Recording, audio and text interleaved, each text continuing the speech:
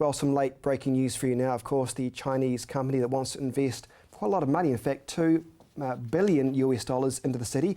To discuss this, he's just got back from the press conference, is reporter Jared McCulloch. Jared, give us the details. What does this Chinese company actually want to invest in? Well, that's a very good question.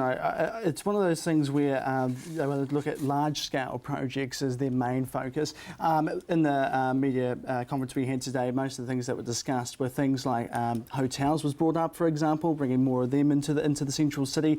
Another one that was a talking point as well was from Raf Manji. He explained that things like the stadium could be an idea for these kind of investors to go in. Obviously, at the moment, when it comes to the stadium, it's between council and government at the moment. The council can only have capped it off at $253 million. So that rest of it could come from the private sector, which could come from this Chinese company that's willing to invest in the rebuild program. When it comes to the CBD anchor projects, was there any discussion as to whether they would be funded by this Chinese company? Yeah, as I just mentioned, one of the ones that was brought up was the stadium. They didn't really discuss any other ones that could be focused on at this stage. Obviously, with the stadium, that's still a long way down the track yet. I think it's about a decade away now that's been pushed out to 2025. So that was, as I said, that's one that's been brought up. But yeah, other things, as I said, hotels was the other one that could be likely what they could look into. As I said, mostly larger projects. Right. Was there any discussion as to whether the trip that the mayor took to China played any part in this?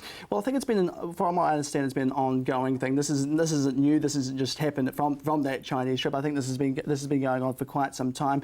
We know too. We've covered this as well. Development in Christchurch as well. That's been something that they've been trying to push, I guess, as well to make this sort of happen as well. And it's not just Christchurch they're focusing on. There's other areas as well. What are we looking at here? What are these images of? These images here, I think this is just giving of China. China, I think it is, yeah.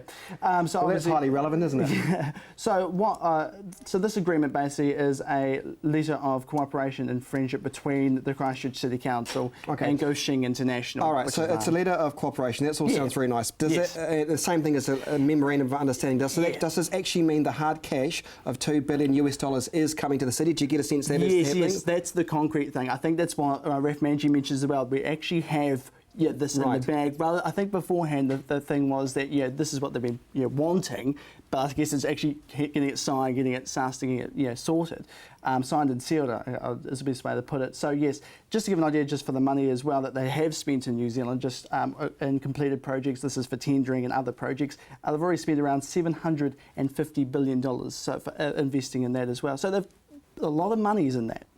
Very good, reporter Jared McCulloch. Thank you for your time tonight.